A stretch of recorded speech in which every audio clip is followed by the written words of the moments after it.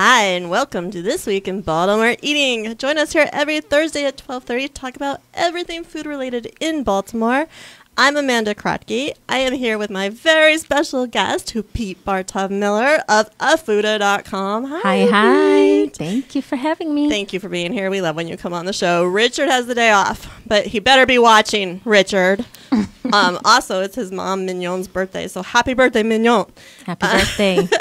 If you were here, we'd sing to you. All right, it's almost Valentine's Day. Are you in the mood for love? I am. Listen, I'm always in the mood for love. I'm kind of, it's nice that you have a designated day to be all lovey. We're all about finding reasons to party and cook special things, so it speaks to me. I agree. So our new February issue is out. It's the love issue. We've talked about that before. And you got to do the desserts for it.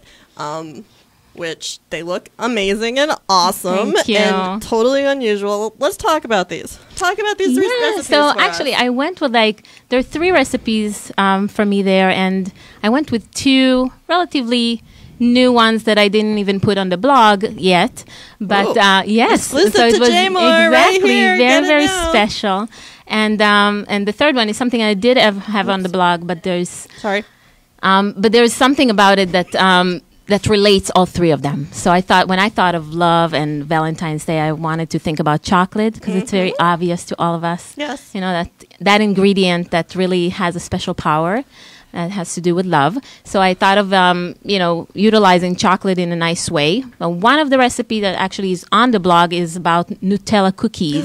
And I combined it with a very exciting date, which was World Nutella Day. Oh, you did? And I totally missed the ball on that one because I saw you posted it and I was like, I didn't even think about it. Listen, it really fits the issue of February because that date is February 5th. And I'm so happy that they found yet another reason for us to celebrate with chocolate. Yeah, there's never enough of Nutella. But the theme besides the chocolate, the theme for all three recipes there is really being simple, kind of no-bake, no-brainer. Anybody can make them, and I wanted that to be available. Even that, some of them look so fancy. They look super fancy. This halva cake, come on, anyone, including anyone. me? Listen, it's a no-bake. Yes, it has layers in it, but each layer is just very simple. It's so fancy looking. When you put it together. So the halva is the flaky stuff we see on the top. Yes, right. And besides, it also appeared there in other flavors. I think halva and chocolate is such a good combination of flavor that you have to try together. And the bottom of this cake kind of reminds me of my childhood a little bit because it's kind of a cornflakes crunch. Ooh.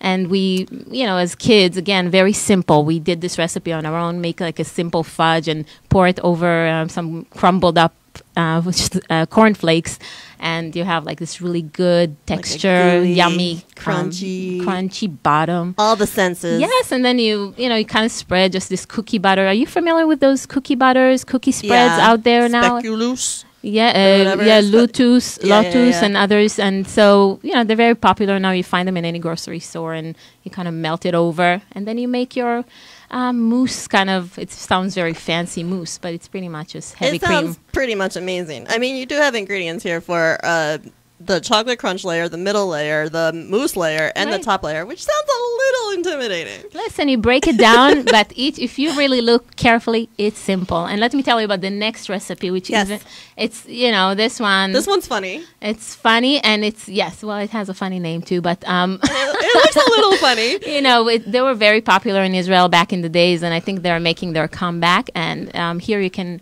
combine the chocolate with the coffee flavor, which I think, combo. Yeah. I mean, the coffee flavor really takes out that really yummy taste of chocolate. There's something special, but just like when they say add a little pinch of salt to something sweet to get that sweetness. So I think if you add a little coffee to chocolate, it really brings it to another level. So you have it's a chocolate coffee sausage, and what's fun about it. Yeah, you know what? I actually brought us a little treat. We're gonna taste this? We're gonna taste this because it'll perk me right up. And you know what? I didn't even cut it. So the moment of truth is when you cut into it. and then you see all the different. And it looks like slices like a salami. Yeah, like a salami thing. It's funny, but it's a fun salami, and it's a non-meat salami. So already I like it. Yes, and it's all chocolate filled, which makes it amazing. And there's Plus something. The coffee is good. It'll so as simple as it is, as simple as it is, you crumble biscuits or cookies, and you can modify it. I love recipes that you can modify, kind of throw in whatever you have. You have like different type of ingredients showing when you cut into it, and you see all those different shapes, just like you see in a salami or a sausage. All right, well, I want to try it. Are we trying it? Yes. Do you want me to? Yeah, I want to try it. I'll try it. I'll keep talking while you let us try this sausage. I brought coffee everything sausage. we need. Okay. It's right here. I brought us 2 treats, but we'll start with this one. So. Sorry, guys. Sorry, everyone at home who doesn't get to try some delicious chocolate coffee sausage. Here it is. You can make it, though. I wrapped it. I keep it in a freezer, and you can always, it comes to room temperature so quickly, but I actually like it when it's like kind of cold tasting. So I think we're going to enjoy that. I'm going to use the top of our next treat to cut on it. Okay. Because I told you I did not cut into it. I wanted to do the honors with you. It's a moment of truth. You're my favorite guest ever. So look, Amanda, look what it looks like. Doesn't it look like a salami? Yeah, let me just hold it up for everyone. It definitely looks like a salami. Like, no one's gonna sneak this in the fridge because, like, you know, the naughty people who go down to the fridge for a midnight snack and they're like, I just want something chocolate. They're gonna skip that. So Listen, it's safe. I go back. You don't have to lock it up. I go back and forth to this thing when it's in the freezer, and I always like, let me just cut another slice from this. So just one more slice. That's how I operate. So let me cut it. Yes. All right. So while you're cutting, back to the halva cake. Have you ever made halva from scratch? So I have not made halva from scratch. I use a lot, tahini, raw sauce, raw paste tahini for different. I made, cookies from it, cakes, but I did not have the honor. I even made a drink out of it, but I did not make the halva itself. I find that if you find a good source, like I love halva. I grew up on halva, like and it's always like my go-to. And, when we were kids, they bought halva in like huge blocks. So it was something that was in our refrigerator every so often. My father will buy it in huge blocks of almost like 3 pounds of halva. And it sits there and you're just coming with your knife like a little kid, and you're just cutting another piece and another piece for something sweet. Have you made halva? I have never made halva. So when I was young, you only got there were 2 varieties, right? There was the regular and then there was marble. Maybe there was chocolate also. But now there are people who are making like super fancy halvas, like clove or cardamom or marshmallow. I don't even know, but there's tons of flavors. There's a place in Chelsea Market that I don't remember their name, but they make amazing halvas. Wow. Tell people, just give them briefly what a halva is in case they have no idea what we're talking about. So halva is a Middle Eastern sweet that is based on tahini paste. Trina, as we call it. And trina is used as an ingredient in so many dishes, and whether savory or sweet. So in this case, we're talking about sweet, and you pretty much combine it with sugar. I think what's special about, besides the very distinguished taste of it, it's something that it's got a flavor. Something that when I see Americans trying halva for the first time, I always watch their face very closely. Some people tell me that it's either you crazy about, you love it, or you it's not for me. It's a little pasty, a little bit greasy sometimes, but it's got like a nutty. It's nutty. It's very nutty flavor to it, and besides that, I think the secret of halva is really the texture of it. Yes. So it kind of crumbles in your mouth, and I'm all about textures. I love that.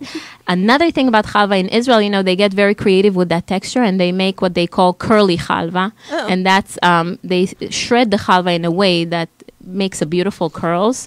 And when you eat it, actually gives you even extra crunch to it. So that's very special. And you can just buy it in stores. Halva's kind of everywhere right now. I had that sort of same reaction to tahini in like a drink, but I went to one of Michael Solomonov's restaurants in Philly, and he does Goldie. It was at Goldie. He does tahini shakes, and I think I had the tea one. It was incredible. I was worried because I was like, I don't know, it's gonna taste very much like nuts and paste. But no, it was delicious. Actually, I think I had banana. He has different varieties, but it was really good. You can still get that flavor. It's still like drinking some liquid hava, but it's good. It works. Yes, and if you combine it with other flavors, you really get even the best out of it too. Yes. I love combining it with nuts, or we're talking about chocolate, so chocolate, or you have the bananas or dates. You can do shakes with that, and it's really, really good. So listen, I want to draw your attention. I'm drawing. I'm over there. Please. I'm with you. So what I cut here, and I want you to look at the shapes as we talked about, our beautiful chocolate salami. It really looks like a salami. It's actually adorable. I'm going to take a slice. Please. Show everyone. Ooh. Look, everybody. Yummy. Chocolate coffee salami. All right, I'm tasting this. Sorry, everyone. Yes? That's so good, and I love it cold, and it's like, it's just good. It's not overly sweet. Right, that's what I like about desserts. Yeah, it's absolutely not overly sweet. It's not sickening at all. It's like, it's just a really nice flavor. And like you can tell the coffee's there, but it's not overpowering anything. Right. I love this. Yummy. Good treat. Great. Oh, will you be my Valentine? Yes, absolutely. At least for today. Yeah, because I couldn't get my hands on any conversation hearts, so I didn't bring you any. Actually, I heard they're back out. Like there was a shortage. There was like a supply problem, but I think I heard that they're actually going to be okay. Oh wow, good. Good for them that they're going to make it. This so what other spices or flavors do you really like to use for like Valentine's or romantic meals or romantic dishes? Listen to this, Amanda. First of all, we can talk about the obvious, right? Everybody knows to relate the romantic ingredients with chocolate. Yes. If we're talking about roses, something special could be rose water and something, or even the edible rose petals are so pretty and you can put them on top of any dessert to make. Strawberries, right? These are some of the ingredients that people know and use in times like this. But I came across a few years ago, I love to research about food. Yes. The more I can get in depth about food, I'm happy.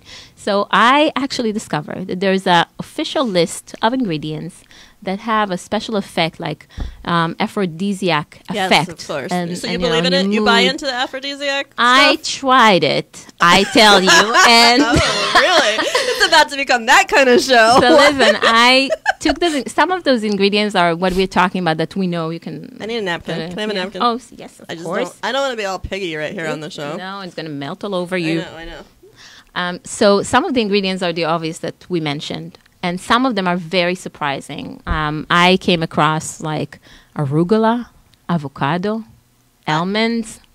I think arugula and avocados are very sexy. But right? I kind of thought I was alone in that. Listen, sweet potatoes. People took the time to research, to feed people in sweet potatoes and see the effect that it has on their body. They really did. Really? Yes. So I came up with this. Listen, when you think of a romantic dinner, you think like steak, strawberries, and cream, right? But really, what you so want? I said, let's get out of the box. And I said, can we get romantic over a salad? Mm-hmm. Can you present a salad and say, this is my romantic? So I took those ingredients and I created this salad that's like out of this world.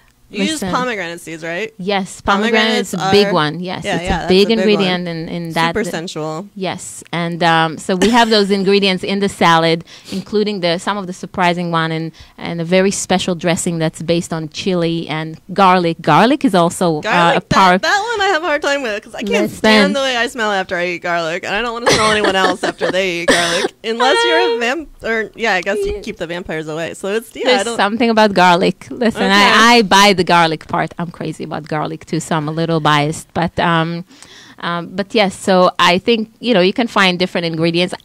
Generally, to tell you the truth, if you really and cooking for someone is really a powerful way to show love. No doubt. Yep. And this is my go-to move too. If I want to, if you need to seal the deal, I go and I cook something.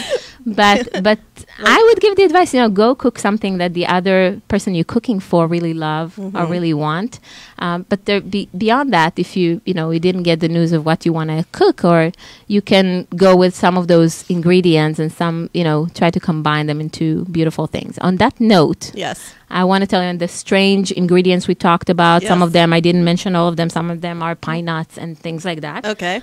Figs, of course, figs, right? Obvious, yeah. So I made us another treat, also based on chocolate. This is the best thing ever. And I took the chocolate and I, melted it And it's a trick that I've seen running, so much online. You can melt the chocolate and kind of decorate it with all kind of things on it. Could be perfect and simple for Valentine's. Okay. So I put some of the ingredients that we mentioned here. Ginger is another. So here they are. We have those chocolate discs. They're adorable. They're very, very thin, and on top of them you can find some of the ingredients we talked about. The pine nuts, the pumpkin seeds were on that list. Ginger, dried ginger, and I tried some other dried fruit on it. Okay. To highlight that. So it's like a aphrodisiac cookie. Yes. So you can give it a try. You can make it simple enough. Right, everyone watch out. And I'm gonna feel frisky all day. And it's pretty easy to make. You can always add some of the beautiful ingredients we talked about. If it's rose petals or those are nice. Yeah, it's very. I like thin. Is it a date?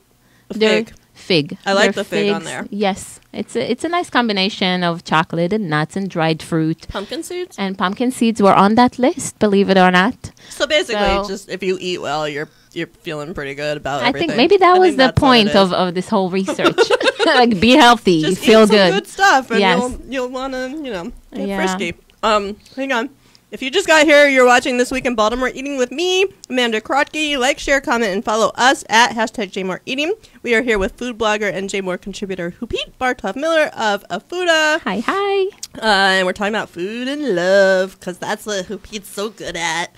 How about cocktails? Do you make a romantic cocktail? I'm not such a big expert on alcohol. I did try my luck with a few combinations. I think of the flavors, and then I try to, combine. I remember I made a cocktail for New Year's, so that wasn't that long ago, and it was orange coconut based, which kind of trying to combine those ingredients. Yes, with some vodka, and you serve it with some whipped cream on top. That could be pretty sexy. Sexy. Yeah, that could be pretty sexy and nice for. I actually put that recipe on my blog, afuda.com. So if you're interested in trying to make something like that on your own, I remember for this one, I was kind of lazy to take out my, because I wanted whipped cream on the top, like I told you. And I said, I'm not going to take my mixer out for the whipped cream. I'm going to try and whip it with my hand. It's going to be much easier. And I don't have to take the stand mixer that's, so heavy. Yeah. And I started, and my muscles were like, okay, I really needed, it was, those peaks, I wasn't sure at the end of it if it was a good call as far as not working so hard, because my hands really like. Yeah. Yes. So, but anyway, it's on there, and it's nice to try. And I always like to try different cocktails. I remember one of the last cocktails I tried in one of the restaurants. I don't really remember where it was, but I love when they serve it with a little, give it a little flair of either basil or like an rosemary. Herb or something. An herb I like that too. Yeah, you can really feel it. And I think people have been doing that a lot with shrubs. They're making shrub drinks. Yeah, true. Yeah. So tell us about your blog, because I feel like I rushed right over that and people should know. Yeah, so food always been such a big part of my life, and it's great that we're talking about love, because it was really the demonstration of love in our family. I think I was drawn to it in such a young age, and I saw how it brought our family together. We grew up without a mother, but with very, very loving family members. And my dad was an amazing guy, so there's a lot of love there.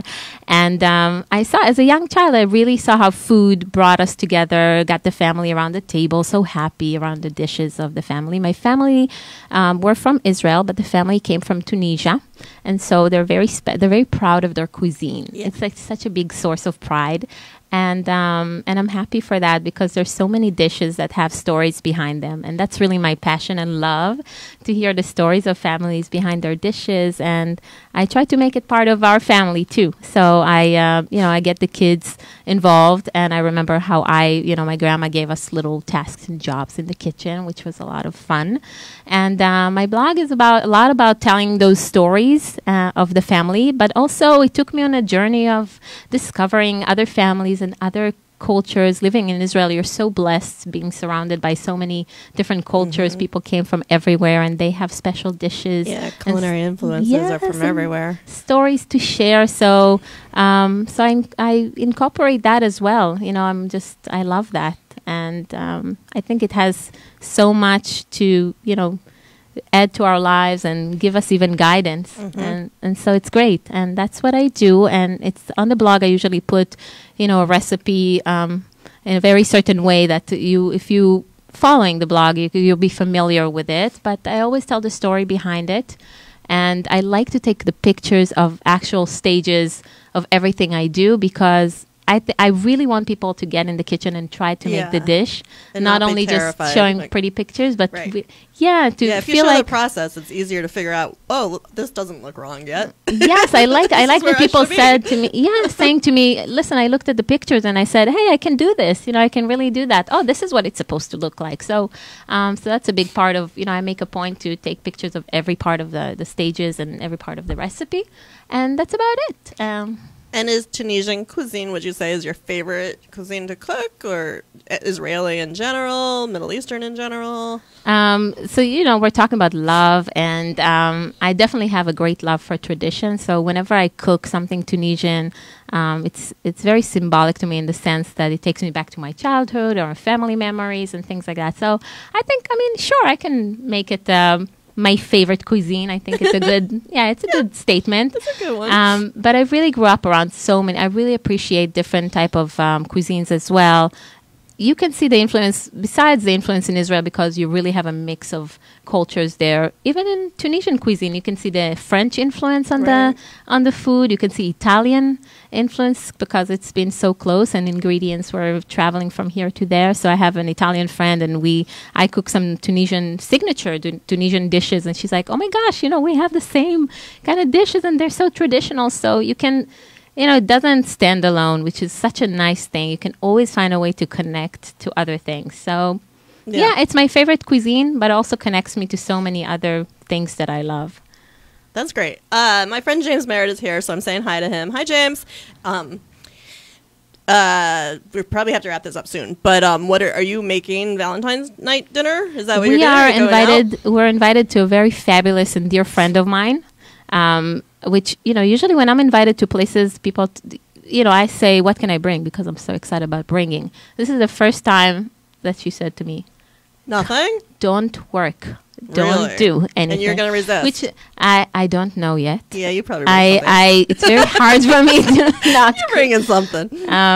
She was so nice. She was trying to give me a break. And she's fabulous. And I know she's planning something huge for us. But I think I'm bringing something. Nice. Yes. Do you go out to eat much in Baltimore? Do you have like a favorite romantic spot or a special occasion restaurant? I don't go out that much to eat. The food at home is so good. Why would you need to? Yes, but I do love it. I do love going out and trying different things. And I know there's some really fabulous places out there and restaurants and tastes that are amazing. Yeah. There's more for me to discover, and some of them, that I tasted. Where do you go when you're in the mood for something good? So I like Indian a lot, so I'll go to like Akbar. I like a lot of. I'm mostly like a sushi junkie, so there's plenty of sushi around, and I love all of it. Yes, those are like my main. When I'm craving, I usually am craving Helmand, which is Afghani. I love their food. My kids are huge fans of sushi, which to me was a little surprising, but I don't know. I guess Do you actually make it for them? I made a couple of times, but we usually get it from somewhere. It's fun to make it. It's like the whole experience. Yeah. But when you want it and you want it quickly, you just go and get it. Just go get it. Just go get the sushi. Do you have any new upcoming projects you're working on? Anything you want to tell us about? I'm working on a book. I really, it's on my bucket list to really, and it's very important to me, an important project that I'm working on, and I'd love to, get in a book about everything that I've been, the journey really of a Fuda and the stories and the family. So that's very important to me. Yeah, that's exciting. And this year we're doing a lot of workshops, meeting a lot of amazing people, cooking together and, learning about different things. We even have a group that we're going to do food touring in Israel together, which is so exciting, coming up next month. So much good food in Israel. Oh my goodness. I know. There's fresh juice like on every corner in every best. flavor. Like The every best. variety of fruit juice you can possibly, Yes. and they just squeezing it right there, squeezing the pomegranates. I know. Isn't it great that you can just pick your own vegetables, and man. fruits and say... I love the food in Israel. And the Lebanese flatbreads. Oh my gosh, Oh the my best. gosh, right? Oh, The best. And then with so some good. labneh on top of Yes. it. With olive oil. All right. So listen, so this You're is... making me hungry. And chocolate is your answer today. I've got some treats I have to go enjoy. We're looking forward to lots of collaborations with you, and you're gonna be back. You're gonna come I back. love coming love here. When you come see us. I love coming you fed here. us. That's like amazing. So definitely check out Huppit's blog, afuda.com. You have been watching This Week in Baltimore Eating. Oh, wait, before I go, I just need to mention, we just started a new feature called the Kosher Decanter, and it's by my friend, Dr. Kenneth Friedman, who is a kosher wine connoisseur. Our first featured wine is Rioja. That is up now on jmoreliving.com because kosher wines are good now. I know people out there going, what? Ugh. No. It's a new thing, and they're Absolutely. every major wine region in the world is producing them, and they're as good as the regular stuff. So check out our new feature, the Kosher Decanter. All right. You've been watching This Week in Baltimore Eating. Thank you to Huppit Bartov Miller for joining us today. Check out her blog at afuda.com. For more food fun, sign up for This Week in Baltimore Eating newsletter at jmoreliving.com/newsletters. Have a great weekend. Have a romantic Valentine. Yes, happy Valentine. You can make this cake. You can do this. You can do it. You can do it. Amanda, thank you so much for having me today. Thank you, Huppit. Thank you. Happy Valentine's Day.